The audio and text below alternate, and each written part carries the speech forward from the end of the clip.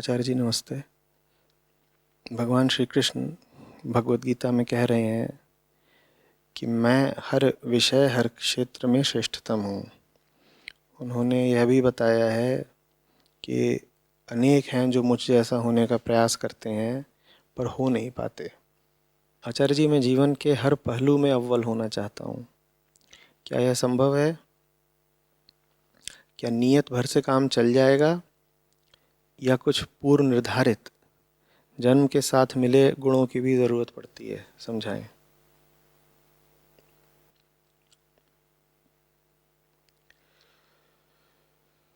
श्री कृष्ण क्यों कह रहे हैं कि वो हर विषय हर क्षेत्र में श्रेष्ठतम है? समझिएगा थोड़ा सा। 10वें अध्याय की बात कर रहे हैं प्रश्नकर्ता। पहले तो श्री कृष्ण अर्जुन को अपने निर्गुण निराकार मर्म के बारे में कहते हैं देवता हो ऋषि मुनि हो, किन्हीं का भी ज्ञान वास्तव में मुझ तक पहुंच नहीं सकता, मेरा वर्णन नहीं कर सकता, क्योंकि मैं ही तो हूँ जिनसे उनका ज्ञान उदित होता है। मैं उनके ज्ञान का विषय नहीं हूँ, मैं उनके ज्ञान का आधार हूँ। मैं उनके ज्ञान के आगे नहीं हूँ, मैं उनके ज्ञान के पीछे हूँ। इसीलिए बड़े बड़ों का ज्ञान भी वास्तव में मुझ तक नहीं पहुँच सकता।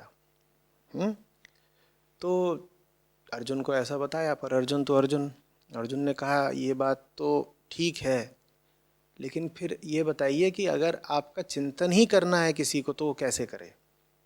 अभी तो आपने ये बता दिया है कि आप अचिंत्य हैं, कोई आपकी बात नहीं कर सकता। बड़े बड़े ऋषि मुनि भी असफल हैं, कोई आपकी कल्पना नहीं कर सकता, कोई वर्णन नहीं कर सकता, कोई सोच नहीं सकता। पर मुझ जैसों की भी थोड़ी परवाह करिए। हम तो विचार के लोग हैं, हम तो सीधे साधे लोग हैं जो सोच में जीते हैं, विचार में जीते हैं, चिंतन करते हैं। तो चिंतन करना है आपका तो कैसे करें? तो बड़ी अद्भुत फिर बात कहते हैं विभूतियाँ समझो मेरी। कृष्ण कहते हैं विभूतियाँ समझो। विभूतियाँ वो समझाते हैं, कहते हैं देखो, हाथियों में ऐरावत हूँ मैं, देवताओं में इंद्र हूँ मैं, शस्त्रधारियों में राम हूँ मैं, सांपों में वासुकी हूँ, नागों में शेषनाग हूँ मैं, रुद्रों में शिव हूँ मैं, नदियों में गंगा हूँ, पर्वतों में हिमालय हूँ, इत्यादि। क्या कह रहे हैं? वो कह रहे हैं कि या तो तुम सीधे मुझ तक पहुंच जाओ, इतनी अगर तुम में अपने मन को शांत कर देने की, अचल कर देने की काबिलियत हो तो। मन अचल हो गया तो उस अचलता का नाम ही कृष्णत्व है। या तो तुम ये कर लो, और अगर नहीं कर सकते, अगर दुनिया से ही बहुत लिप्त हो तुम, दुनिया में ही तुम्हारा मन डोलता रहता है, तो दुनिया में मुझे देखने का या दुनिया के माध्यम से मुझे याद कर लेने का तरीका बता रहा हूँ। उस तरीके के पीछे जो सिद्धांत है वो समझिएगा। प्रकृति में किसी तरह की विशिष्टता नहीं होती, विविधता होती है, विशिष्टता नहीं होती। प्रकृति में किसी भी तरह की उत्कृष्टता नहीं होती।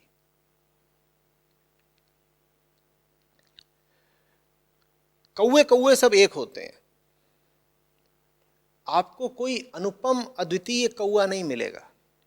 चूहे चूहे सब एक होते हैं, आपको कोई ऐसा चूहा नहीं मिलेगा जो आसमान में उड़ने लग जाए या जो चीते से टक्कर ले ले, या जो कहे कि मुझे तो गीता का पाठ करना है। चूहा अपने जाति धर्म का पालन करता रहता है। कोई आपको चूहा नहीं मिलेगा जो किसी कुत्ते के प्रति आकर्षित हो जाए। कोई चूहा नहीं मिलेगा जो किसी बिल्ली को प्रेम प्रस्ताव भेजे।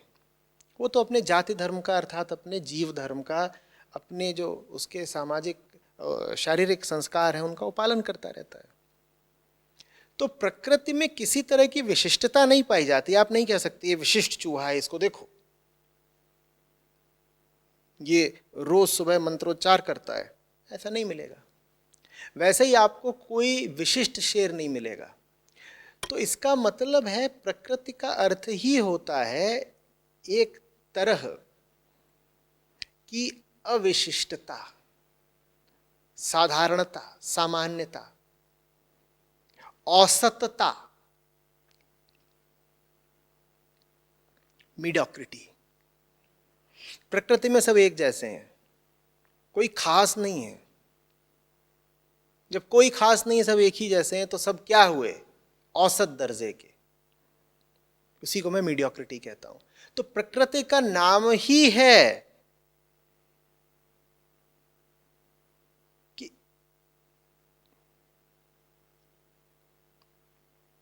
देखते नहीं हो, आप जाते हो और आपको तमाम तरह के पक्षी कहीं दिखाई दे रहे हैं, तो आप ये थोड़ी बोलते हो वो फलाना कबूतर, राजू कबूतर, कमल कबूतर, ये थोड़ी बोलते हो। कबूतर कबूतर कबूतर माने कबूतर, क्योंकि एक कबूतर दूसरे कबूतर से भिन्न है ही नहीं। वो भिन्नता है भी तो थोड़ी बहुत है, रंग थोड़ा अलग होगा, वजन थोड़ा अलग होगा, कोई थोड़ा ज़्यादा भग लेता होगा, कोई ज़्यादा ऊंचा उड़ लेता होगा, इससे ज़्यादा कुछ नहीं। सब कबूतर हैं तो कबूतर ही। अब ऐसी हालत में जहां संसार में किसी किस्म की प्राकृतिक उत्कृष्टता संभव ही नहीं है, तब भी जादू हो जाता है, उत्कृष्टता दिखाई पड़ जाती है। और हर उत्कृष्टता एक इशारा है, एक संकेत है। आसमान की ओर संकेत है और प्रकृति के विरुद्ध विद्रोह है। जब सबको एक जैसा होना चाहिए था, तो कोई खास हो कैसे गया? जो खास हो गया उसको तुम मानो कि वही भगवान तो नहीं तो भगवत्ता का प्रतिनिधि जरूर है। समझ रहे हो बात को? सबको एक जैसा होना चाहिए था ना दुनिया में, सबको एक जैसा होना चाहिए था, क्योंकि प्रकृति अलग अलग तो बनाती ही नहीं। चूहा चूहा एक जैसा, कौआ कौआ एक जैसा, शेर शेर एक जैसा, सबको एक जैसा होना चाहिए था। कोई अलग कैसे हो गया? ये जो अलग हो जाना है, ये जो खास हो जाना, विशिष्ट हो जाना है, ये बड़ी अद्भुत बात है। श्री कृष्ण कह रहे हैं तुम इसी बात का इस्तेमाल कर लो। जो अलग दिखे तुम उसी को ईश्वरीय सत्ता का प्रतिनिधि मान लो। तुम कहो अलग तो कोई हो ही नहीं सकता, जब सब एक जैसे हैं, ये अलग हुआ कैसे? जरूर कोई जादू घटा है, जरूर कोई जादू घटा है। तो वो कह रहे हैं जो सबसे अलग हो तुम उसी को कृष्ण मान लो, जो सबसे अलग हो उसी को कृष्ण मान लो। और तरीका क्या है? तो पर्वतों में जो सबसे ऊंचा पर्वत है वो पूजनीय हो गया।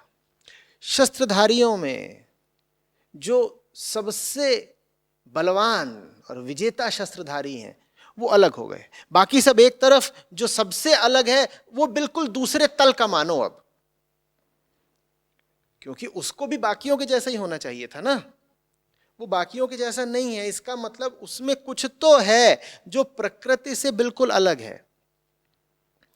इसीलिए फिर भारत में जो उत्कृष्टताएं हैं उनकी पूजा की गई। अब देखो, पशु होते हैं सारे, बात समझना, पशु होते हैं सारे, सब पशु किसी न किसी तल पर आक्रामक व्यवहार दिखाते हैं।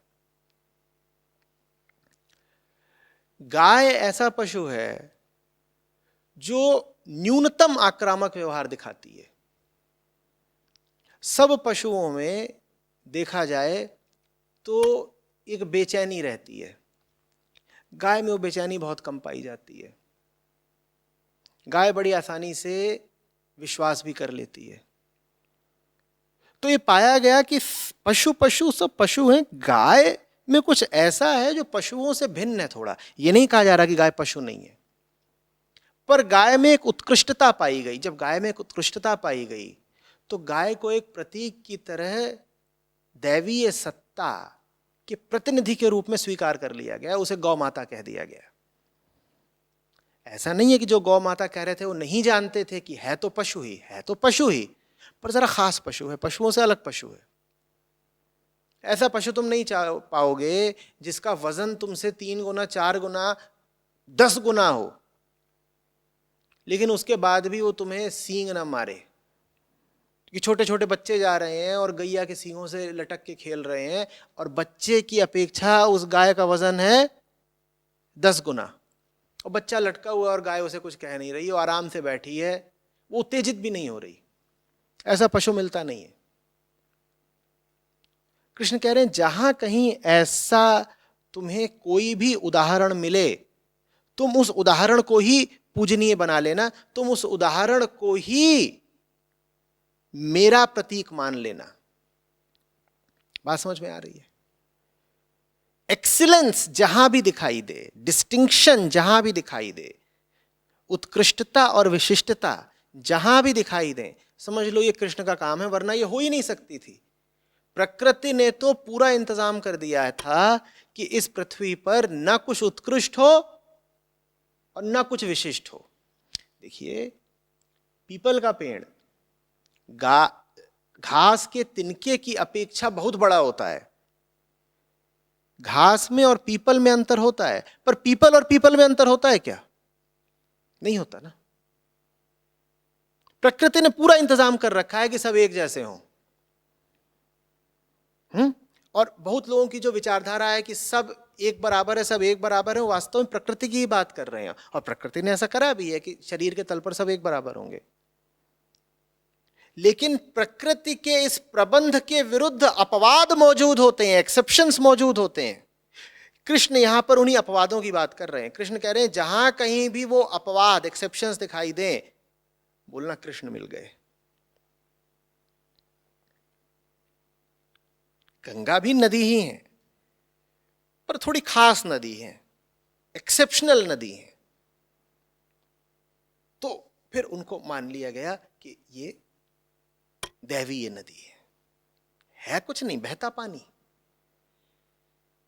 पर भारत ने एक खास बुद्धिमत्ता का प्रयोग करते हुए फिर उनको कहा गंगा मैया। बात समझ में आ रही है? हर शिखर प्रकृति के विरुद्ध एक अपवाद होता है, प्रकृति के खिलाफ एक चुनौती होता है। शिखर आ कहां से गया? प्रकृति को तो शिखर पसंद ही नहीं है, वो तो ये चाहती है सब एक जैसे रहें। और देखो ना, प्रकृति के इंतजाम में सब एक जैसे हैं कि नहीं? जो तुम्हारे साथ होता है उसके साथ होता है, शारीरिक तल पर। मानसिक तल पर भी जो तुम्हारी वृत्तियां होती हैं उसकी वृत्तियां होती हैं। लेकिन बीच बीच में अजूबा हो जाता है, कुछ ऐसा हो जाता है जो होना नहीं चाहिए था, जैसे प्रकृति के खेल में बाधा पड़ गई हो, जैसे कुछ अलग, कुछ अजीब हो गया हो। कृष्ण कह रहे हैं जहां कहीं भी तुम वैसे अपवाद देखो, उन अपवादों का इस्तेमाल कर लेना, मुझे याद कर लेना। हाथियों में ऐरावत को देखो, मुझे याद कर लो, क्योंकि सब हाथी एक तरफ, ऐरावत एक तरफ। तुम्हें मन में ये सवाल उठना चाहिए, ऐरावत आ कहां से गया? फिर कहो प्रकृति से तो नहीं आ सकता। इसका अर्थ है कि प्रकृति से आगे की भी कोई सत्ता है, उसी का नाम कृष्ण है। प्रकृति से सामान्य साधारण हाथी ही तो आ सकते थे ना। ये ऐरावत कहां से आ गया? ये ऐरावत फिर प्रकृति से तो नहीं आया है, प्रकृति से थोड़ा आगे का है। तो ऐरावत को देखना तो याद कर लेना कि प्रकृति से बड़ा भी कोई है, प्रकृति का बाप भी कोई है, और वहीं तुम्हें पहुंचना है, उसी की तलाश में हो तुम, वही तुम्हें चाहिए। कृष्ण कह रहे हैं वास्तव में कि कृष्णत्व और कुछ नहीं है, उत्कृष्टता की ही पूजा का नाम कृष्णत्व है। कृष्ण यहां पे कह रहे हैं वर्शिप एक्सीलेंस,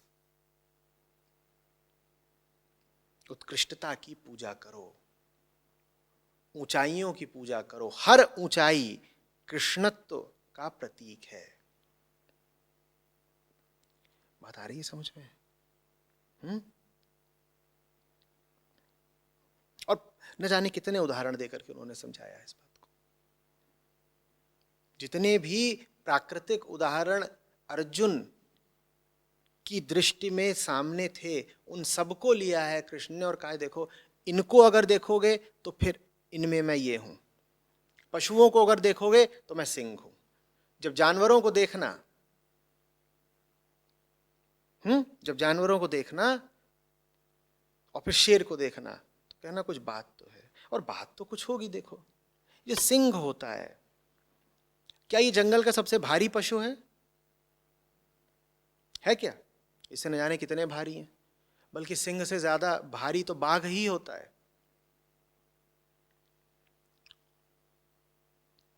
क्या सिंह सबसे द्रुतगामी पशु होता है, सबसे तेज दौड़ता है? नहीं, सिंह से ज्यादा तेज तो चीता दौड़ता है। क्या सिंह उड़ सकता है? क्या तैर सकता है? पेड़ पर चढ़ सकता है? पेड़ पर भी नहीं चढ़ता वो।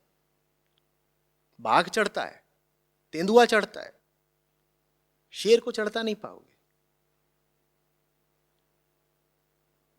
फिर भी सिंह जंगल का राजा क्यों कहलाता है? कुछ बात है, उसी बात का नाम कृष्णत्व है।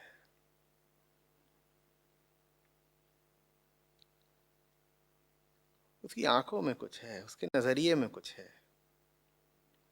न वो सबसे तेज दौड़ पाता है, न वो सबसे शक्तिशाली है, लेकिन जीतता वही है, राजा वही है। कुछ बात है। जब भी कुछ ऐसा दिखाई दे जो होना नहीं चाहिए फिर भी हो रहा है और बड़ा खास है, क्या ना, ये आदमी का काम नहीं है, ये प्रकृति का काम नहीं है, ये कृष्ण का काम है। कृष्ण कह रहे हैं ऐसे मौकों का फायदा उठाए, जहां भी कुछ खास दिखाई दे तुरंत हाथ जोड़ लो, सर झुका दो, कह लो प्रमाण मिल गया आपके होने का। ये जो अभी मेरे सामने है यही प्रमाण है आपके होने का। आप ना होते तो ये विशिष्टता हो नहीं सकती थी। आप ना होते तो दुनिया में एक्सीलेंस कहां से आती? कहां से आती? इसका मतलब है कि वो लोग जिनके जीवन में किसी भी तरह की उत्कृष्टता नहीं है, ऊंचाई नहीं है, वही वो लोग हैं जिनके जीवन में कृष्ण कहीं नहीं है। बस प्रकृति है, शरीर है, देह है, मलमूत्र है, यही सब है। अपने आप से सवाल पूछिए, कोई भी क्षेत्र है जीवन का जिसमें आप उत्कृष्ट हैं, विशिष्ट हैं, एक्सीलेंट हैं? अगर नहीं है तो कृष्ण से तो बहुत ही दूर हैं आप। हाथी, गधा, कुत्ता, घोड़ा इन्हीं की श्रेणी में आते हैं। कहाँ एक्सीलेंस कहाँ है? किस चीज में आप पर्वतराज हिमालय की भांति हैं? बताइए। कूड़े के ढेर में भी कुछ ऊंचाई होती है, उतनी ही ऊंचाई बस आपके जीवन में। आपकी कुल ऊंचाई उतनी ही है। आप कहते हैं मुझे ये भी आता है, मुझे वो भी आता है, मैं इसमें पारंगत हूं, मैं उसमें निपुण हूं। वो ऊंचाइयां उतनी ही हैं जितनी कूड़े के ढेरों की होती हैं।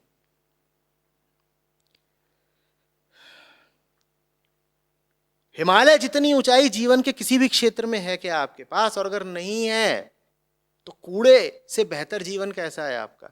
और उस पर भी शर्मनाक बात यह कि हम में से ज्यादातर लोग उस कूड़े की रक्षा करना चाहते हैं। जब मौका मिलता है उस कूड़े से ऊपर उठने का, ऊंचाइयां पाने का, तो हम चिहुक जाते हैं, पीछे हट जाते हैं, हमारा पेट खराब हो जाता है।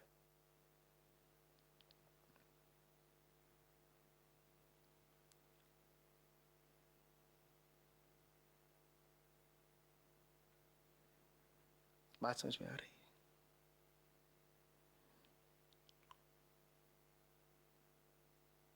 किताबें पढ़ने से और बार बार बोलने से कि मैं तो साहब कृष्ण भक्त हूँ या आध्यात्मिक आदमी हूँ, आप दो कौड़ी के आध्यात्मिक नहीं हो गए।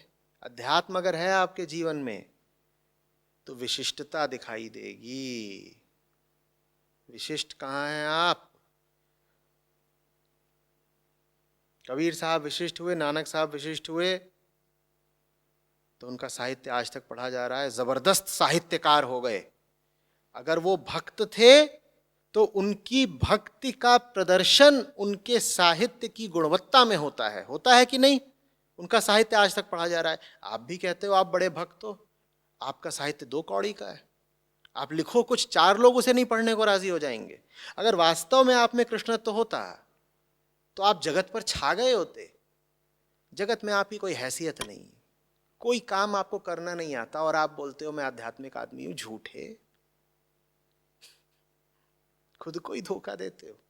एक काम नहीं है जो बलपूर्वक कर सको, एक काम नहीं है जिसमें तुम जंगल में शेर जैसे हो सको, एक काम नहीं है जिसमें तुम हाथियों में और ऐरावत जैसे और घोड़ों में उच्चैःश्रवा जैसे हो सको। लेकिन दावा यही है कि हम तो आध्यात्मिक हैं, बैठ करके आध्यात्मिक किताबें पढ़ रहे हैं, करना कुछ नहीं आता।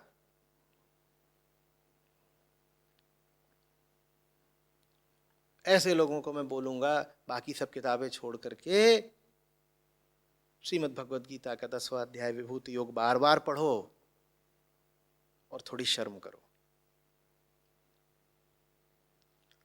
भूलना नहीं कि प्रकृति के खिलाफ जाना, प्रकृति से ऊपर उठना अपने आप नहीं हो जाता, मेहनत लगती है। तुम अगर किसी भी क्षेत्र में अपनी प्रतिभा नहीं बना पाए हो, तुम किसी भी क्षेत्र में ऊंचाई हासिल नहीं कर पाए हो, तो उसकी वजह तुम्हारी किस्मत नहीं है, उसकी वजह तुम्हारी प्रमाद प्रियता, आलस्य प्रियता और झूठ प्रियता है। बहाने मत बनाना कि मैं क्या करूं, मेरा तो अतीत ऐसा है वैसा है, बेकार की बात।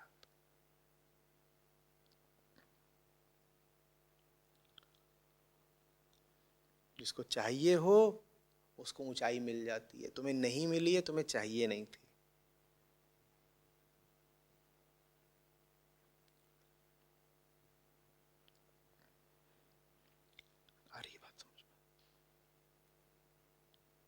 प्रश्नकर्ता कह रहे हैं आचार्य जी मैं जीवन में हर पहलू में अव्वल होना चाहता हूं। तुम प्रश्न पूछने में तो अव्वल हो लो, पहले सवाल तक तो ऐसा पूछ रहे हो, और किसी क्षेत्र में क्या अव्वल हो जाओगे? किसी एक क्षेत्र में अव्वल हो नहीं, और अरमान है हर क्षेत्र में बुलंदी हासिल करने के। कैसे भाई? किसी एक क्षेत्र में अव्वल हो जाओ, यही बहुत बड़ी बात है। किसी भी एक क्षेत्र में। और जो लोग अव्वल हैं सर्वप्रथम उनका सम्मान करना सीखो। कोई भी किसी भी क्षेत्र में यूं ही अव्वल नहीं हो जाता। मैं तो हमेशा से बोलता आया हूं, जो आदमी जिस भी क्षेत्र में ऊंचा उठा हुआ है उसमें कोई ना कोई आध्यात्मिक गुण भी होगा जरूर। भले ही वो अपने आप को नास्तिक बोलता हो, भले ही उसने कभी कोई आध्यात्मिक ग्रंथ पढ़ा ना हो, पर फिर भी उसने अप्रकट तरीके से आध्यात्मिक साधना की जरूर है, वरना उसको ऊंचाई मिल ही नहीं सकती थी। तो जो लोग ऊंचे उठे हुए हों उनसे सीखा पहले करो और उनकी निंदा बाद में किया करो।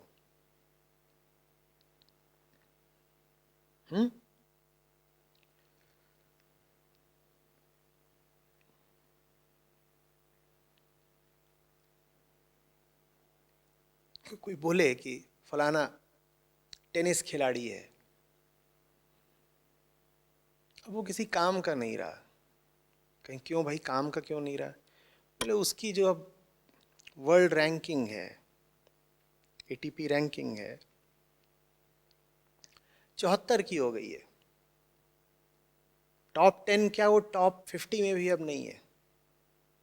दुनिया के शीर्ष 50 खिलाड़ियों में भी अब नहीं है।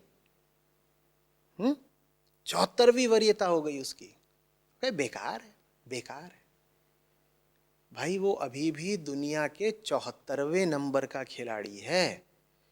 तुम मुझे एक क्षेत्र बता दो दुनिया की किसी भी गतिविधि का जिसमें तुम दुनिया के शीर्ष 1000 लोगों में भी आते हो। और जो 74वें नंबर का खिलाड़ी है उसको तो तुम ऐसे देख रहे हो जैसे शू, बर्खास्त, बेकार। तुम दुनिया के किसी भी क्षेत्र में शीर्ष 1 लाख लोगों में भी आते हो, और 1 लाख बड़ी संख्या दिखते हुए भी आनुपातिक रूप से बहुत छोटा आंकड़ा है, क्योंकि दुनिया में लोग हैं 8 अरब। इन 8 अरब लोगों में तुम किसी भी क्षेत्र में शीर्ष 1 लाख लोगों में भी आते हो क्या? पर नहीं साहब, ऊंचाई के प्रति सम्मान ही नहीं है।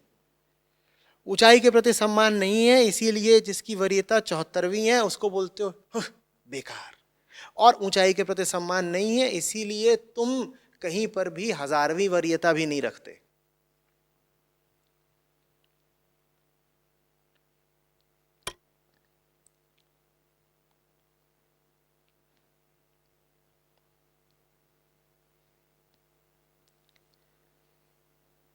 अध्यात्म हो, ज्ञान शाखा हो, प्रेम शाखा हो, ये सब व्यक्तिगत जीवन में प्रकट होते हैं क्या बनकर? उत्कृष्टता बनकर। किसी न किसी क्षेत्र में उत्कृष्टता होगी उसमें जरूर। हो नहीं सकता कि आध्यात्मिक आदमी हो और हर क्षेत्र में फिसड्डी हो नहीं सकता। कबीर साहब का साहित्य संसार देखो, दोहों में उन्होंने जैसी शब्द संरचना करी है, शब्द विन्यास करा है, उसको देखो। वो आम आदमी के बूते की बात है। संत तो संत हैं, वो कवि कितनी ऊंची कोटि के हैं ये देखो ना। इतना ऊंचा साहित्य, मैं सिर्फ साहित्य की बात कर रहा हूं अभी, भक्ति की नहीं। इतनी ऊंची कोटि का साहित्य वो कैसे रच लिया उन्होंने? क्योंकि वो भक्त थे, भक्ति थी, इसीलिए साहित्य में उत्कृष्टता आई।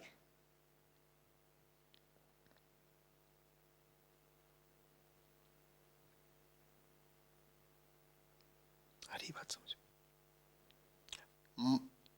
मजाक थोड़े ही है। तुलसीदास ने रामचरितमानस कब रची? जब उनके बोध चक्षु खुल गए। उससे पहले उन्होंने रच ली थी क्या? उससे पहले कुछ नहीं था।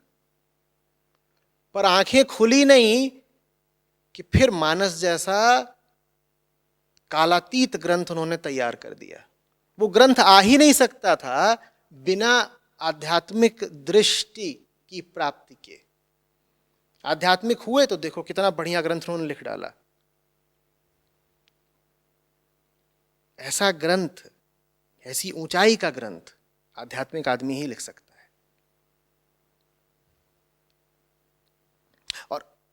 और क्षेत्रों को भी देख लो, ये कोई संयोग ही नहीं है कि तुम दुनिया की साधारण आबादी में जो लोग वीगन हो रहे हैं उनका अनुपात ले लो, और दुनिया में जो लोग सेलिब्रिटीज कहे जाते हैं उनमें जो लोग वीगन हो रहे हैं उनका अनुपात ले लो। समझे बात को क्या बोल रहा हूं? मान लो दुनिया में 8 अरब लोग हैं, ठीक है?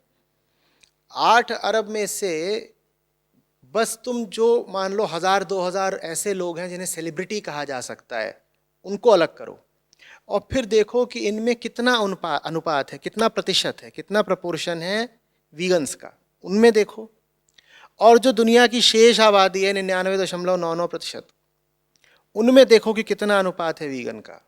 तुम पाओगे कि जो सेलिब्रिटीज़ हैं उनमें वीगनिज्म शेष जनता की अपेक्षा शायद 10 गुना 20 गुना ज़्यादा प्रचलित है। ऊंचा आदमी ही ऊंचे काम करेगा। हर किसी के बस का नहीं होता। और मैं कह रहा हूं वीगनिज्म से ज़्यादा आध्यात्मिक काम आज दूसरा है नहीं। और मैं जिन सेलिब्रिटीज़ की बात कर रहा हूं 2000, इसमें से 400-500 या 1000 तो ऐसे होंगे जो ऐसे क्षेत्रों में हैं जिसमें सीधे सीधे शरीर की ज़रूरत पड़ती है। उदाहरण के लिए खेल या फिल्में। जो आदमी फिल्मों में है उसको शरीर का बहुत ख्याल रखना है। जो आदमी खेल में है वो तो शरीर से ही खेल रहा है, लेकिन वो फिर भी वीगन हो रहे हैं। बात समझ में आ रही है? चाहे जोकोविक हो, चाहे विराट कोहली हो, और वो अपने अपने क्षेत्र के नंबर 1 हैं। वो अपने क्षेत्र के नंबर 1 हैं और वो वीगन है। इन दोनों बातों में बहुत ताल्लुक है। जो नंबर 1 है वही वीगन हो सकता है। फिसड्डियों के बस की नहीं है। ये उत्कृष्टता के काम हैं।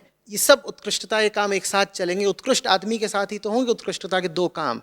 नंबर 1 होना अपने क्षेत्र में उत्कृष्टता का काम है, वीगन होना आज के समय में उत्कृष्टता का काम है। ये साथ साथ चलेगा। और जितने फिसड्डी लोग हैं ये चिकन लेग पीस।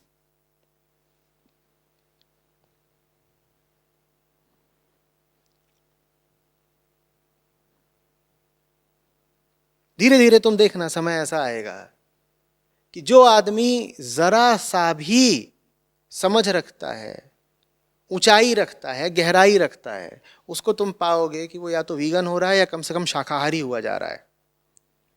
और दुनिया के ये जितने बोझ समान लोग होंगे, मंदबुद्धि, क्रूर, पाशविक लोग, इन्हीं को पाओगे कि ये अभी भी मटन मुर्गा चबाए जा रहे हैं। ये भेद तुम्हें साफ साफ दिखाई देगा।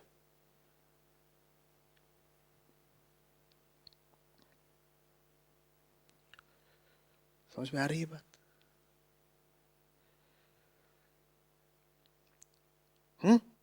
अब भाई क्रिकेट खेलता है कोई, वो आध्यात्मिक काम तो नहीं है ना। ऐसा ही लगता है कि ये तो भाई क्रिकेट खेल रहा है, लेकिन देखो उसने आध्यात्मिक काम कर दिया। इसका मतलब क्रिकेट में भी ऊंचाई उसको मिली अपने अध्यात्म के साथ ही थी। कोई टेनिस का चैंपियन है, अब टेनिस खेलना आध्यात्मिक काम तो नहीं है, पर देखो उसने अभी अपने अध्यात्म का परिचय दे दिया। क्या बनकर? वीगन बनकर। इसका मतलब टेनिस में उसको ऊंचाई मिली अध्यात्म के साथ ही थी। इसका मतलब दुनिया में जितनी ऊंचाइयां हैं उनका संबंध अध्यात्म से है। और अगर तुम्हारे पास ऊंचाई नहीं है जीवन में किसी भी क्षेत्र में, तो समझ लेना आध्यात्मिक तो हो नहीं तुम, और चाहे जो होगे।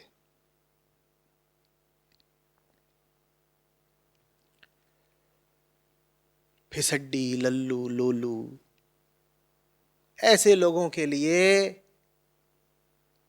न गीता है न विंबलडन है। यही दशा दुनिया के ज्यादातर लोगों की है। उनको टेनिस कोर्ट पे खड़ा कर दो, उन्हें टेनिस खेलना नहीं आता। उनके हाथ में गीता दे दो, उन्हें गीता नहीं समझ में आती। उन्हें समझ में क्या आता है? किसी तरह खाने को मिल जाए, बढ़िया पेट भर के खा लें, छोटा मोटा कमा लें, शादी कर लें, बच्चे पैदा कर लें, तोंद बढ़ा के सोएं। ये उनकी जिंदगी होती है। कहाँ इस जिंदगी में एक्सीलेंस के लिए कोई स्थान है? किसी एक पहलू में अव्वल हो जाओ। हर क्षेत्र में अव्वल होना बेटा बहुत दूर की बात है। हर क्षेत्र में अव्वल होना, तुम कौन हो कि हर क्षेत्र में अव्वल हो जाओगे? किसी एक क्षेत्र में ही अव्वल हो जाओ। और अव्वल में भी मैं ये नहीं कह रहा हूं नंबर 1 हो जाओ, मैं कह रहा हूं तुम दुनिया के शीर्ष 1000 लोगों में भी आ जाओ किसी क्षेत्र में, तो भी समझ लेना कि तुमने अपने अध्यात्म का परिचय दे दिया।